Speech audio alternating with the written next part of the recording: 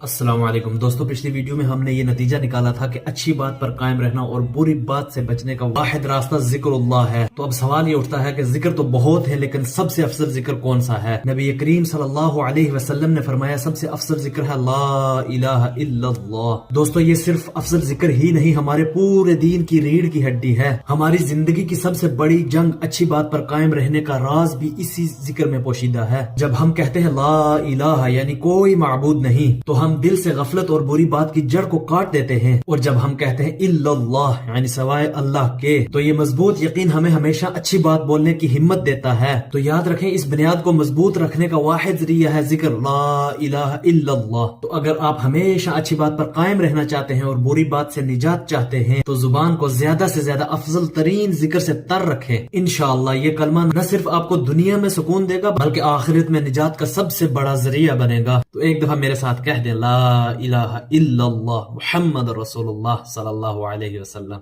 जज़ाकल्लाहु खैर अल जज़ा।